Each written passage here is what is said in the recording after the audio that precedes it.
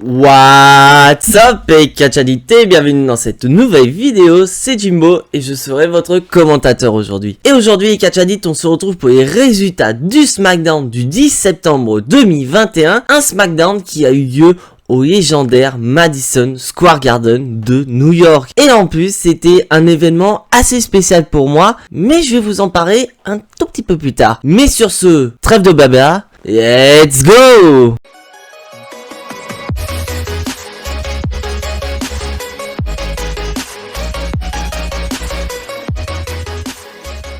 Alors, avant de commencer cette review de SmackDown, j'ai une petite information à vous transmettre. En effet, lors de cet épisode de SmackDown, j'ai fêté mes 30 ans. Donc je pense qu'on va faire un petit relooking. Ouais, c'est peut-être mieux comme ça, non? Bon, après, comme on dit, ridicule ne tue pas, et je m'en fous, c'est ma chaîne, je fais ce que je veux. Donc enfin bref, donc on va passer au résultat de SmackDown. Et le show commence donc avec notre clan qui domine SmackDown, c'est-à-dire The Bloodline, les champions par équipe de SmackDown, les Usos, et le chef tribal, le champion universel, Roman Reigns. Et là nous avons un Roman Reigns comme d'habitude hyper charismatique qui va dire très clairement à l'univers de la WWE que c'est son clan qui dirige la WWE, c'est son clan qui dirige SmackDown, c'est son clan qui dirige Madison Square Garden, et donc Madison Square Garden doit faire une seule chose, c'est d'admettre Roman Reigns en tant que chef tribal. Mais il y a quelqu'un qui n'a pas envie d'accepter Roman Reigns en tant que chef tribal. Car en effet, comme ça avait été annoncé, nous avons eu le retour de la bête Brock Lesnar.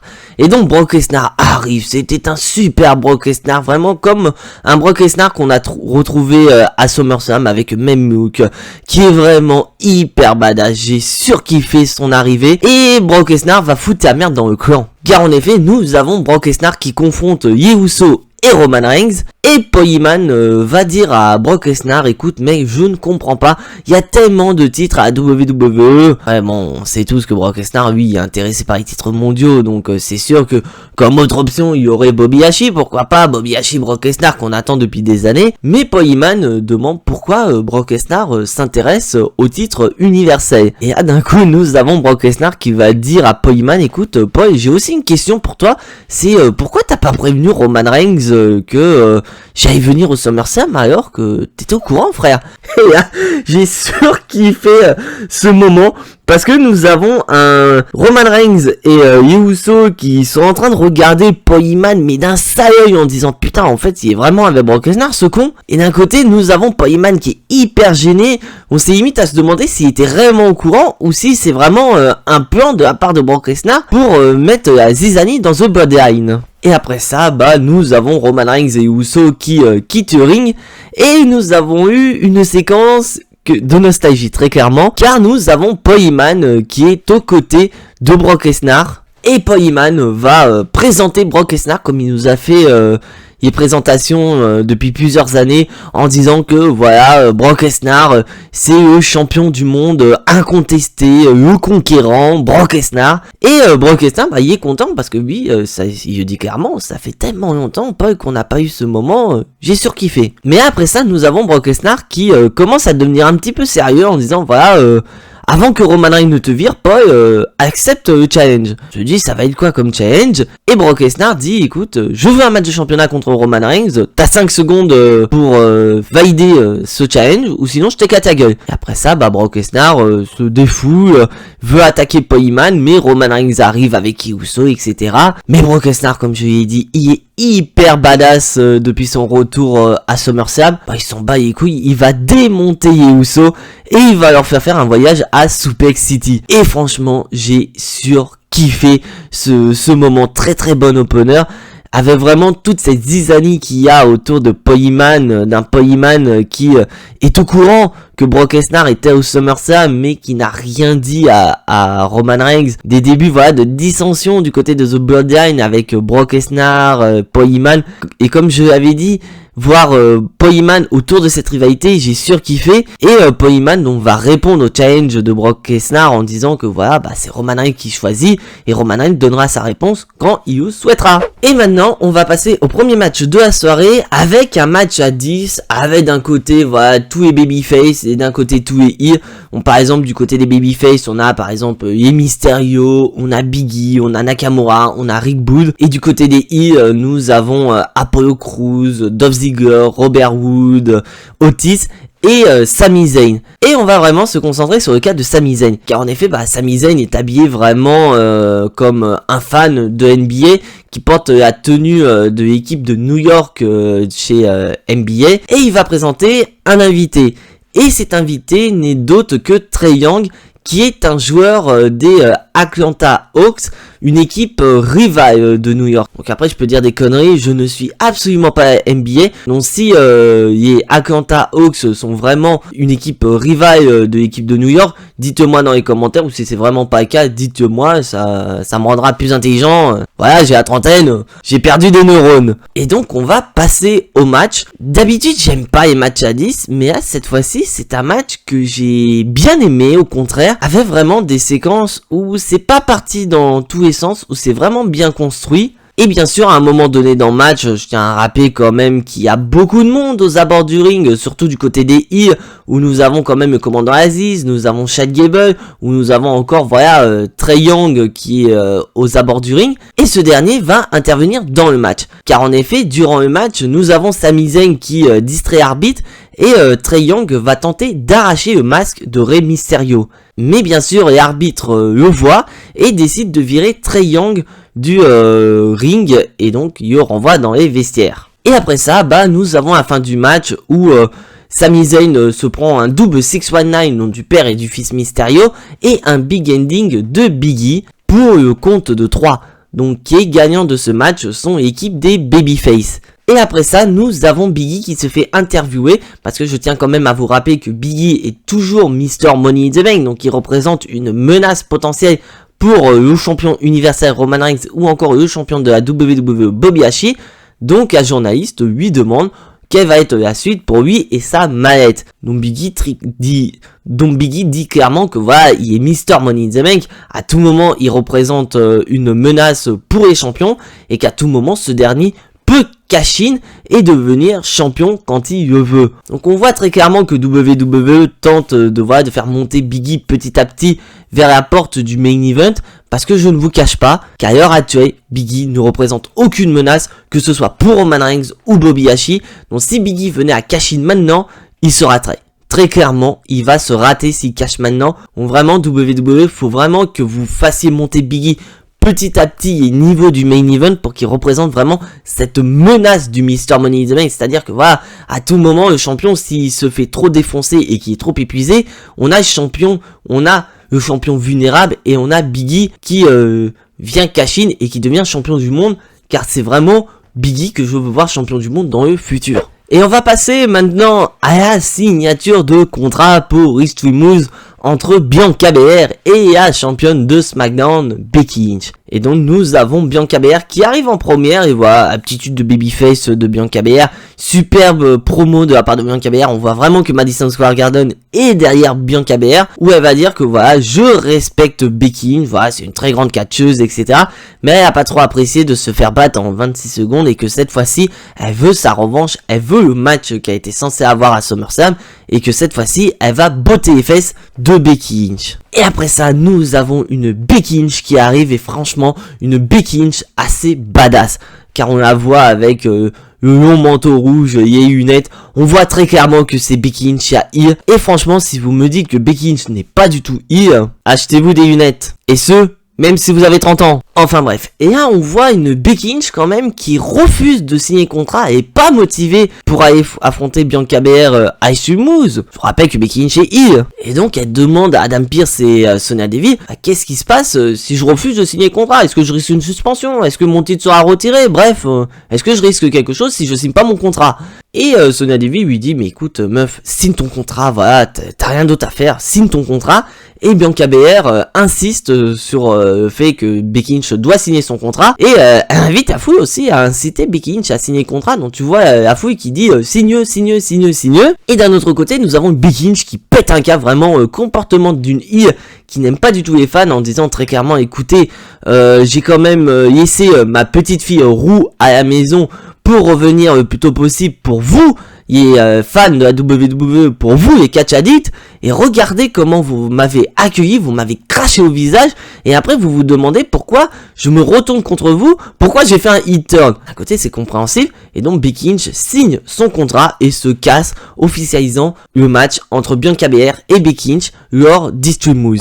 Et là maintenant on va passer, mais à un putain de match, je vous le dis, Seth Rollins contre Edge volume 2. Et pourquoi je dis c'est un putain de match? Parce que c'en est un. Déjà, ces deux-là se sont affrontés au SummerSlam et ils nous ont proposé un match qui était pour moi le meilleur match de SummerSlam, très clairement. Et bah alors là, tu te dis putain, ils en sont capables de nous reproduire ce même match, même à un niveau au-dessus. Et en plus, dans un show gratuit, dans un show hebdomadaire qu'est SmackDown, tu te dis putain, ça va être génial. Et ça a été le cas. Donc après bien sûr nous avons un début de match où ça tourne à l'avantage de Seth Rollins. Mais d'un autre côté, nous avons Edge qui se ressaisit et on voit vraiment tout un tas de prises signature d'autres catcheurs. Notamment Seth Rollins qui utilise la prise de finition de Beth Phoenix, donc la femme d'Edge, donc qui est le Gamma Slam, qui utilise 1 à 2 fois durant le match. Et d'un autre côté, nous avons Edge qui va utiliser le pedigree, donc la prise de Triple H qui est le mentor de Seth Rollins. Et d'ailleurs, petite dédicace à Triple H qui malheureusement a subi un problème cardiaque lors de ces derniers jours. Et rassurez-vous, il s'est rétabli, l'opération s'est très bien déroulée, mais reste à voir la suite des événements, car apparemment le problème cardiaque qu'a subi Triple H serait héréditaire. Enfin bref, on va continuer le match, et après ça, nous avons un Seth Rollins qui en a profité en portant un coup bas dans les Dragon Balls, dans les Booyah Papa de Edge, car l'arbitre était dos tourné, voilà, n'a pas vu l'action, et Seth Rollins en a profité pour porter plusieurs super kicks à Edge. Et nous avons à un moment intrigue du match où nous avons Seth Rollins qui a porté un stomp à Edge pour le compte de 3. Donc vainqueur de ce match Seth Rollins. Mais on voit que quand Seth Rollins a porté le stomp, bah ce dernier n'éprouvait aucun sentiment. Et on le voit juste après parce que nous avons le corps médical qui arrive et qui transporte Edge dans une ambulance. Et Seth Rollins n'éprouve absolument rien lors même d'une interview où il explique je sais pas ce que je dois ressentir quoi. Est-ce que je suis heureux? Est-ce que je suis mécontent? Je sais pas du tout, je ne ressens rien. Donc franchement, très très beau match. Et on voit que WWE nous tease un troisième match entre ces deux catcheurs. Peut-être lors d'Extreme Rules et peut-être pourquoi pas également avec l'ajout d'une stipulation entre ces deux catcheurs. Bon, si vraiment c'est le cas, dites-moi dans les commentaires quelle stipulation voulez-vous voir entre Edge et Seth Rollins. Moi personnellement j'aimerais bien voir pourquoi pas un last man standing match entre les deux. Ça peut être assez intéressant, sachant que y a quand même de l'intensité et vraiment le but c'est vraiment d'attaquer la nuque d'Edge et peut-être pourquoi pas au bout d'un moment faire ce last man standing match. Je pense que c'est la meilleure stipulation pour un troisième match entre ces deux catcheurs. Et maintenant, on va passer au main event de la soirée. Nous avons les Street Profits qui vont tenter de devenir une nouvelle fois champion par équipe face aux Usos. Et franchement, c'est un très très beau match tag team.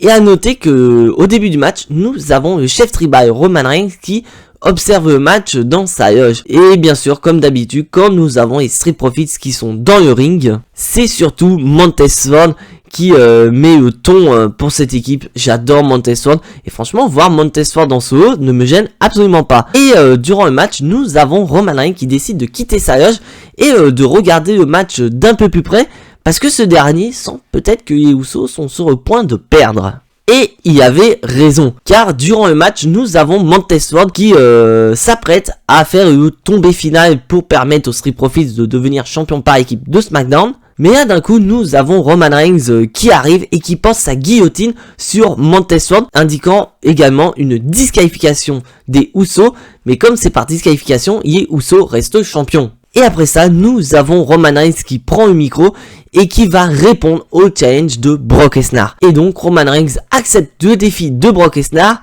mais pas tout de suite, car pour le moment, il doit se débarrasser de Finn Balor. Et en parlant de Finn Balor, nous avons ce dernier qui arrive, mais pas Finn Balor en être humain. Nous avons Finn Balor en forme démoniaque. Et franchement, j'ai surkiffé le retour du démon Finn Balor. Son entrée a été géniale, la peinture était géniale. Et ce dernier va donc confronter Roman Reigns, une image mais tout à fait géniale.